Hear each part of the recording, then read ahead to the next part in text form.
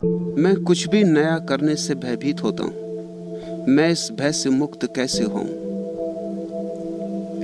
नया सदा ही भयभीत करता है, अपरिचित डराता है, लेकिन अपरिचय में ही विकास है, अनजान में ही यात्रा है। रोज रोज पुराने को छोड़ना है, रोज रोज नए में गति करनी है। जैसे रोज नया सूरज उगता सुबह, रोज नए फूल खिलते सुबह, ऐसे ही तुम्हारे जीवन में भी रोज नई रोशनी चाहिए, नए फूल चाहिए। किताबों में दबे हुए मुर्दा फूलों को लेकर मत बैठे रहो। तुम्हारी स्मृतियां किताबों में दबे मुर्दा फूल हैं। अतीत के साथ मत उलझे रहो, सुविधापूर्ण है। साहस की कोई जरूरत नहीं है अतीत के साथ जीने में। कमजोर के लिए बड़ी सुरक्षा है, लेकिन अतीत में ही डूबे रहना तो फिर विकास कैसे करोगे, विकसित कैसे होगे? नया पुकारता है रोज रोज। परमात्मा नित नया है, नित नूतन है। जो नए में उतर सकता है वही परमात्मा को जान सकता है। पुराने के प्रति रोज मरना है और नए के प्रति रोज जन्मना है। और ये समय की धारा जो जा रही है तुम्हारे पास से फिर नहीं लौट के आएगी। एक क्षण भी खोना मत। अतीत के साथ, पुराने के साथ गंवाया गया हर क्षण व्यर्थ गया। हे मन के अंगार, अगर तुम लौना बनोगे, छार बनोगे। जल्दी करो। अगर तुम्हारा जीवन एक ज्योति नहीं बन सकता है, अगर अंगार लपट के लौ नहीं बन सकता है, तो जल्दी ही राख हो जाए। फिर एक अवसर गया। ऐसे ही बहुत अवसर तुमने खोए, अब इस अवसर को मत खो। मेरे साथ होने का पूरा लाभ ले लो। हे मन के अंगार, अगर तुम लौ न बनोगे, छार बनोगे। जो न करेगा सीना आगे, पीठ उसे खींचेगी पीछे। जो ऊपर को उठ न सकेगा, उसको जाना होगा नीचे। अस्थिर दुनिया में थिर होकर कोई वस्तु नहीं रहती है। हे मन के अंगार, अगर तुम लौ न बनोगे, छार बनोगे। ध्यान रखना, यहां कुछ भी थिर नहीं है। या तो आगे जाओ या पीछे जाओ, जाना तो पड़ेगा ही। वैज्ञानिक कहते हैं थिर होना असंभव है, कोई चीज स्थिर नहीं है। या तो रोज रोज नए जीवन में प्रवेश करो, या रोज रोज पुरानी मृत्यु में दबते जाओगे। छोड़ो भय। भय से भर भय करो, और किसी चीज से भय मत करो।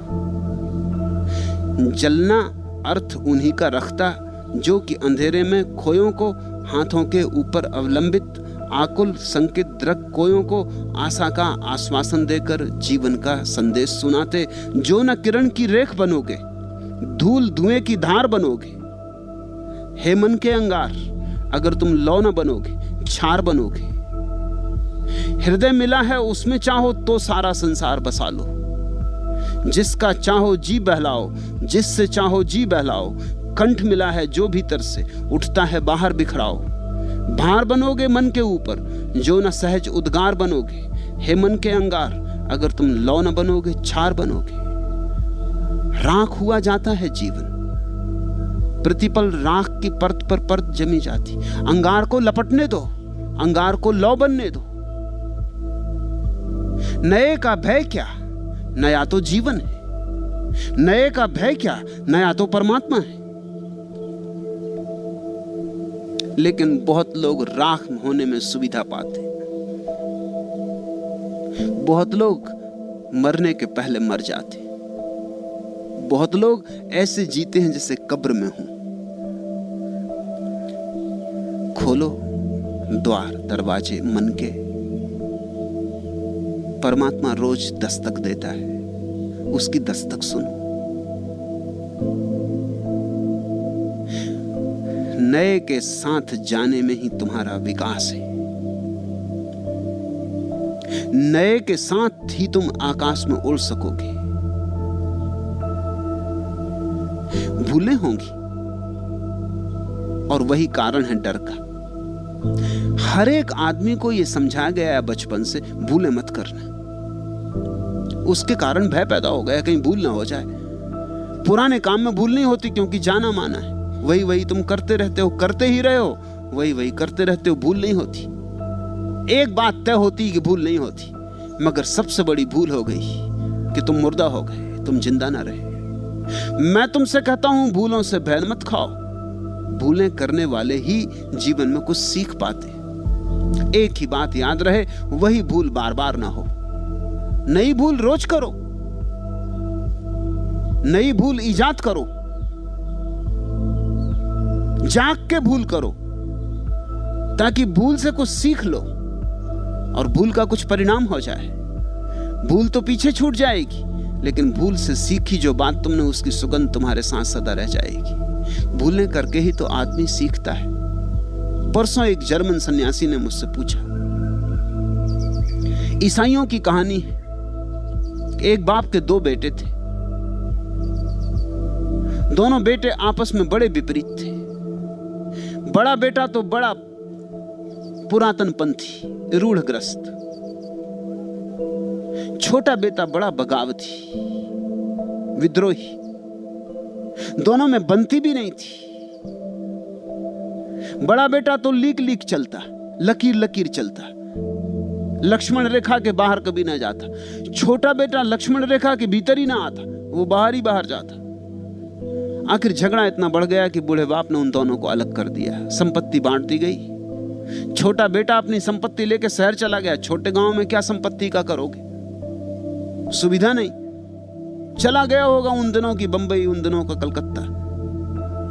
खूब लुटाया, जुआ खेला, शराब पी, वैश्यागमन किया, सब तरह के पाप किए, सब तरह की भूलें की।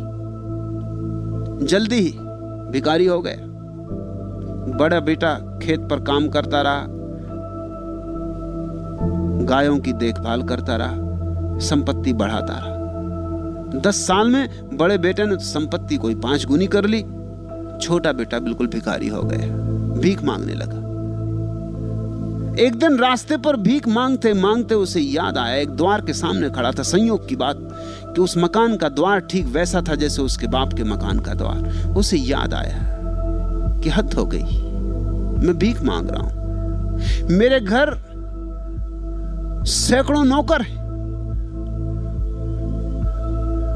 यदि मैं जाऊं तो मेरे पिता मुझे अब भी माफ कर सकेंगे, मुझे उनके प्रेम का भरोसा है। और अब मैं ये नहीं चाहता कि मुझे बेटे की तरह स्वीकार करें, वो हक तो मैंने गंवा दिया। अब मैं उसका पात्र नहीं, लेकिन एक नौकर की तरह तो स्वीकार कर ही सकते हैं। जहां और सैकड़ों नौकर हैं, मैं भी एक पड़ा रहूंगा, नौकरी करता रहूंगा, गांवों को चरा लाऊंगा कि खेत पर बीज बो दूंगा या फसल काट लाऊंगा या जो भी होगा। इस भीख मांगने से तो बेहतर होगा अपने पिता के घर तो रहूंगा। वो उसी दिन लौटा अपने गांव। खबर पहुंच गई उसके लौटने की। रोज रोज खबरें पहुंचती थी। पिता पूछता था, क्या हो रहा है, क्या हो रहा है, कहां तक बात पहुंची, कहां तक बात बिगड़ी कि बनी। अब तक दुखद समाचार ही आए थे। आज समाचार आया कि बेटा आ रहा है। बाप ने बड़ा उत्सव किया, सारे गांव को भोज पर निमंत्रण दिया, बैंड बाजे बजवाए, फूल लगवाए, दिए जलवाए, दीपमाला, सबसे कीमती और महंगी शराब तलघरों से निकाली।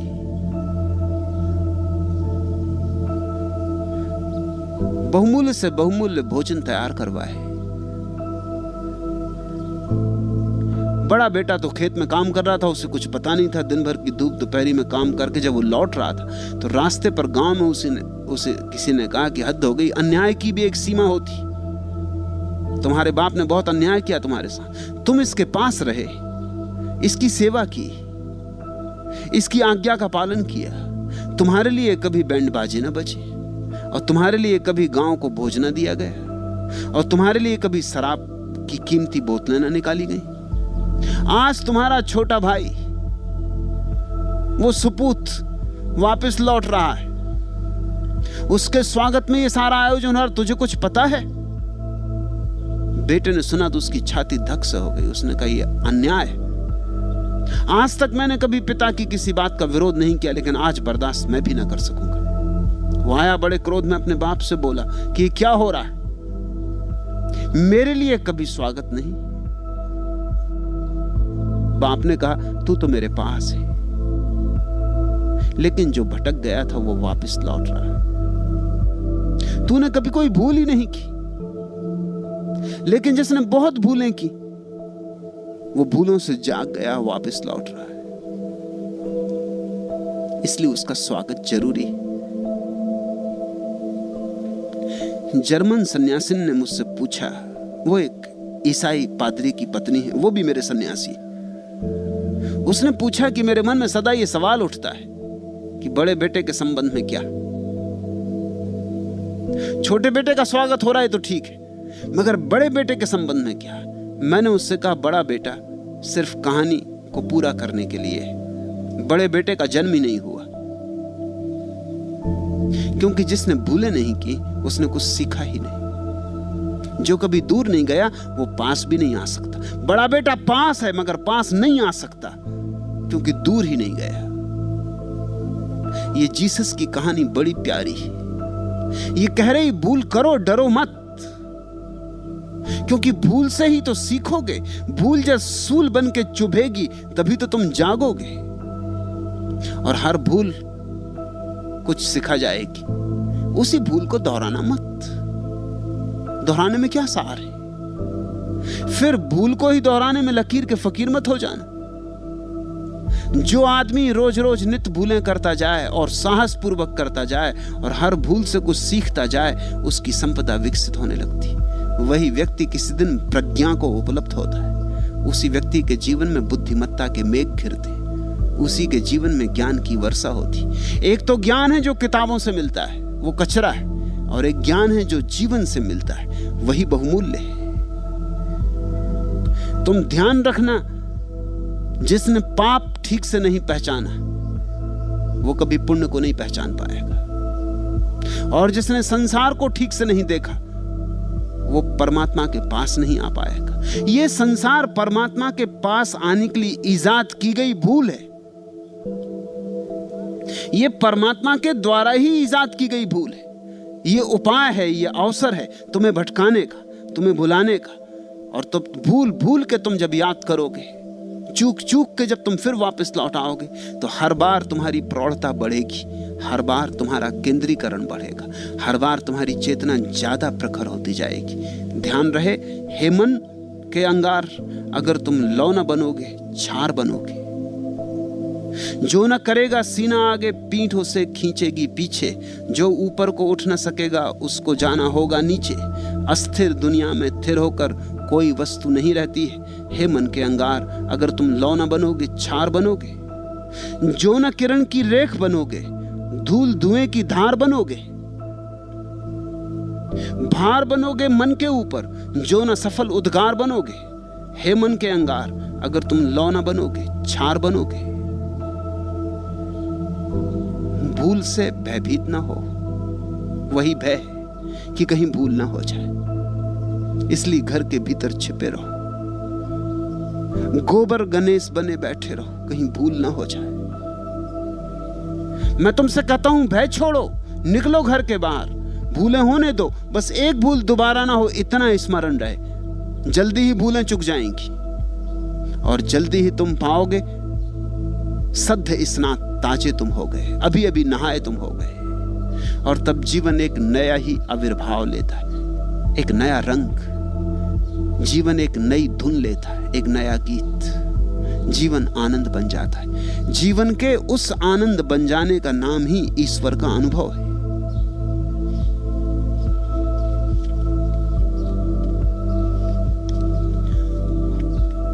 भूल और भूल और भूल, सूल और सूल और सूल, और सब तरह से चुभा हुआ आदमी, और सब तरफ से चेष्टा करके हार गया आदमी, सब तरफ से अपने अहंकार को सिद्ध करने की यात्रा में चला आदमी और सिद्ध नहीं कर पाया, विफल हो गया। ही समर्पण करने में समर्थ हो पाता है। समर्पण कमजोर की बात नहीं है, गोबर गणेश की बात नहीं है। समर्पण घर में ही जो बैठा रहा उसकी बात नहीं है। समर्पण उसकी बात है जिसने जीवन को जाना, सब तरह से जाना, सब तरह से लड़ा, संघर्ष किया, सब तरह से जूझा, युद्ध किया और हारा। और एक दिन पाया हार हार कर कि जीतने की चेष्टा में हार है, तो अब हार का भी प्रयोग करके देख लो, अब अपने से हार जाऊं, और तभी जीत फलित होती। एक तरफ साने खुदी मानिए इजहार भी है, जब्ते गम दिल की नजाकत पे मगर बार भी है, लुत्फ दोनों से उठाते हैं उठाने वाले। जिंदगी निकहते गुल भी है, खल से खार भी है, फूल भी है और कांटा भी। जिंदगी निकहते गुल भी, खल से खार भी है, लुत्फ दोनों से उठाते हैं उठाने वाले। लेकिन जो जानता है वो दोनों से ही रस ले लेता, दोनों का ही मजा ले लेता, दोनों का स्वाद ले लेता है। एक तरफ साने खुदी माने इजहार भी है, जब्ते गम दिल की नजाकत पे मगर बार भी है, लुत्फ दोनों से उठाते हैं उठाने वाले। जिंदगी निकहते गुल भी, खल से खार भी है, मुनहसिर हौसलिए दिल पे साबुत कदमी, जादे शौक तो आसान भी है, दुश्वार भी है। खुद को खोया है तो पाई है मोहब्बत तेरी, जिंदगी में यह मेरी जीत भी है हार भी। जीवन का परम विरोधाभास यही है कि वहां जो जीतने की चेष्टा करता है, करते करते हार जाता है। सब महत्वाकांक्षाएं विचलित हो जाती, सब आशाएं एक न एक दिन राख होके गिर पड़ती। उस दिन एक नया प्रयोग जीवन में उठता है। अब हार के देख लूं, अब स्वेच्छा से हार के देख लूं, वही समर्पण है और उसी हार में जीत है। वाण विद्ध मरालसा में आ गिरा हूं अब तुम्हारी ही शरण में। बादलों के देश तक जब चढ़ गया था, जानता था लौट आना, जानता था है असंभव नीड़ बिजली की लताओं पर बनाना। मैं गगन को भूमि की आकांक्षाएं कुछ बताना चाहता था। वाण विद्ध मरालसा में आ गिरा हूं अब तुम्हारी ही शरण में, किंतु पश्चाताप करने के लिए तो मैं नहीं तैयार होता। नभ न मुझको खींच लेता तो धरा के वास्ते में भार होता। सिद्ध गिरकर कर दिया मैंने कि अपनी शक्ति भर ऊपर उठा मैं। आज कमजोरी नहीं कुव्वत बड़ी मेरी तुम्हारे जो चरण में। वाण विद्ध मरालसा में आ गिरा हूं अब तुम्हारी ही शरण में। कामना मेरी बड़ी मुझसे कि उससे मैं बड़ा यह जानना था। आदमी के तन नहीं मन हौसले का कद मुझे पहचानना था। रेख लोहू की लगाकर आ रहा हूं मैं अधर की मेखला पर। शक्ति अंबर में परीक्षित भक्ति की लूंगा परीक्षा मैं धरणी में। वाण विद्ध मरालसा में आ गिरा हूं अब तुम्हारी ही शरण में। उड़ो जितने दूर तक उड़ सको, जाओ जितने दूर परमात्मा से जा सको। एक दिन गिरोगे। वाण विद्ध मरालसा में आ गिरा हूं अब तुम्हारी ही शरण में। और तब गिरने का मजा और। जो गया ही नहीं उसके गिरने में बल नहीं होता। जो लड़ा ही नहीं उसकी हार में जीवन नहीं होता। जो पास ही बैठा रहा वो पास हो ही नहीं सकता। पास होने के लिए दूर जाना अनिवार्य है।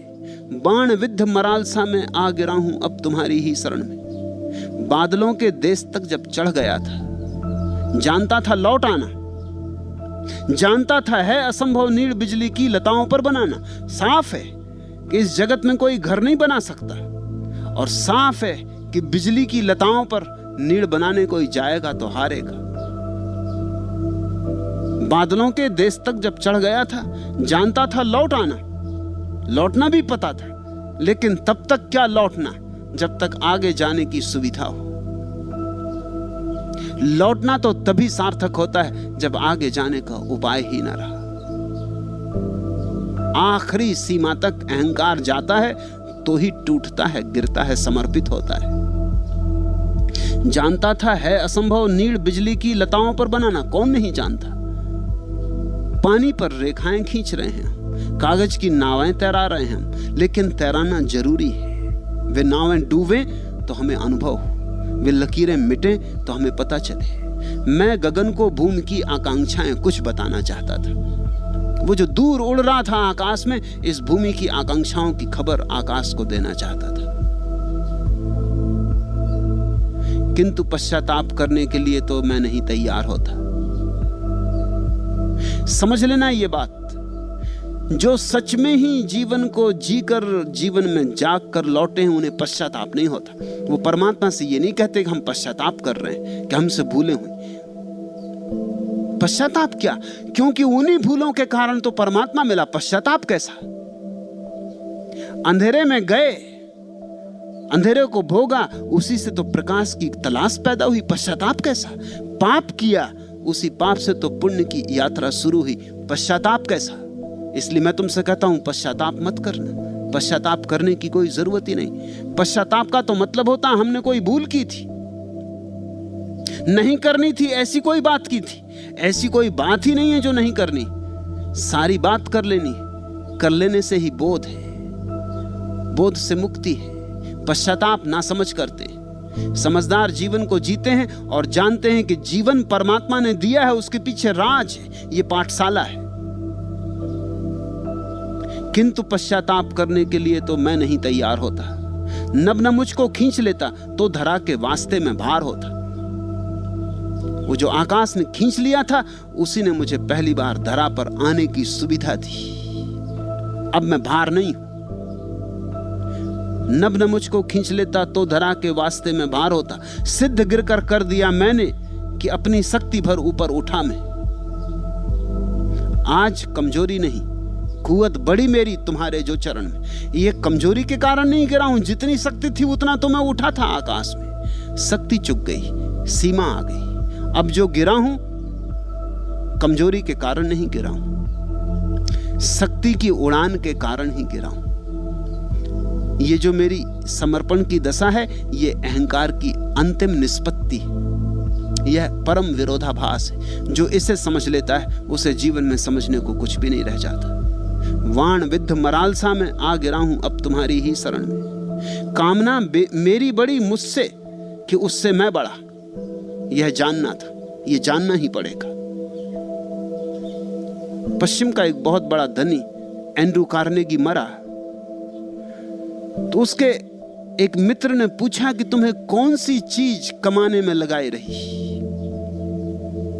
इतना तुमने कमाया। कहते हैं सबसे बड़ा धनपति था वो, सारी पृथ्वी का। कोई 10 अरब रुपया छोड़ के मरा। कौन बात तुम्हें दौड़ाती रही? 24 घंटे धन में ही लगा था। और एक सीमा आ जाती, उसके बाद धन का कोई मूल्य नहीं होता, क्योंकि जितना ज्यादा धन होता उतना मूल्य कम होता जाता। ख्याल रखना, लॉ ऑफ डिमिनिशिंग रिटर्न्स। मनोवैज्ञानिक भी उसे स्वीकार करते हैं, अर्थशास्त्र के नियम को। तुम्हारे पास जब 1 रुपया होता है तो उस 1 रुपये की कीमत ज्यादा होती है। जब तुम्हारे पास 1000 रुपये होते हैं, फिर 1 रुपया होता है, उस 1 रुपये की कीमत बहुत कम होती। फिर तुम्हारे पास 10 लाख रुपए हैं और 1 रुपया होता, उसकी कीमत ना के बराबर होती। तुम्हारे पास 10 अरब रुपए, 1 रुपए की क्या कीमत? ये वही रुपया है, लेकिन एक आदमी के पास 1 ही रुपया है, उसके पास बड़ी कीमत, ये उसका सर्वस्व है। एक सीमा आ जाती जब रुपए का मूल्य समाप्त हो जाता है। वो सीमा कभी की आ गई और गई, और एंड्रू कार्नेगी कमाने में लगा ही रहा। पूछा किसी ने, कौन सी चीज तुम्हें दौड़ाती रही? उसने कहा, मैं ये जानना चाहता था कि मेरी कामना हारती है कि मैं हारता हूं। अभी तक मेरी कामना नहीं हारी, और मैं उसके पहले हारने को तैयार नहीं। फिर लौटूंगा, फिर कमाऊंगा। कामना मेरी बड़ी, मुझसे कि उससे मैं बड़ा, यह जानना था। आदमी के तन नहीं, मन हौसले का कद मुझे पहचानना था। रेख लोहू की लगा कर आ रहा हूं मैं अधर की मेखला पर। शक्ति अंबर में परीक्षित, मैंने अपनी शक्ति, अपने संकल्प की परीक्षा तो आकाश में कर ली। शक्ति अंबर में परीक्षित, भक्ति की लूंगा परीक्षा मैं धरणी में। अब भक्ति की परीक्षा होगी। शक्ति की परीक्षा के बाद ही भक्ति की परीक्षा है। संकल्प की परीक्षा के बाद ही समर्पण की परीक्षा है। शक्ति अंबर में परीक्षित, भक्ति की लूंगा परीक्षा मैं धरणी में। वाण विद्ध मरालसा में आ गिरा हूं अब तुम्हारी ही शरण में। भय न करो, जीवन को जियो, ये परमात्मा का वरदान है।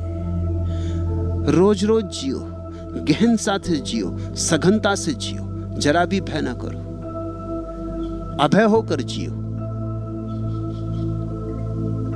भूलें करो, खूब करो, बस वही वही भूलें बार बार मत करो। और जल्दी ही वो घड़ी आ जाएगी, सब भूलें चुक जाएंगी। भूलों की सीमा है, और जिस दिन सब भूलें चुक जाती उस दिन तुम लौटोगे। परमात्मा भी तुम्हारे लिए उस दिन दीपमालाएं सजाता है। परमात्मा भी उस दिन तुम्हारे लिए फूल के हार तैयार करता है। उस दिन परमात्मा के द्वार पर तुम्हारा स्वागत है। मगर जाना तो होगा दूर। दूर जो गया वही पास आ सकता है। आज इतना ही।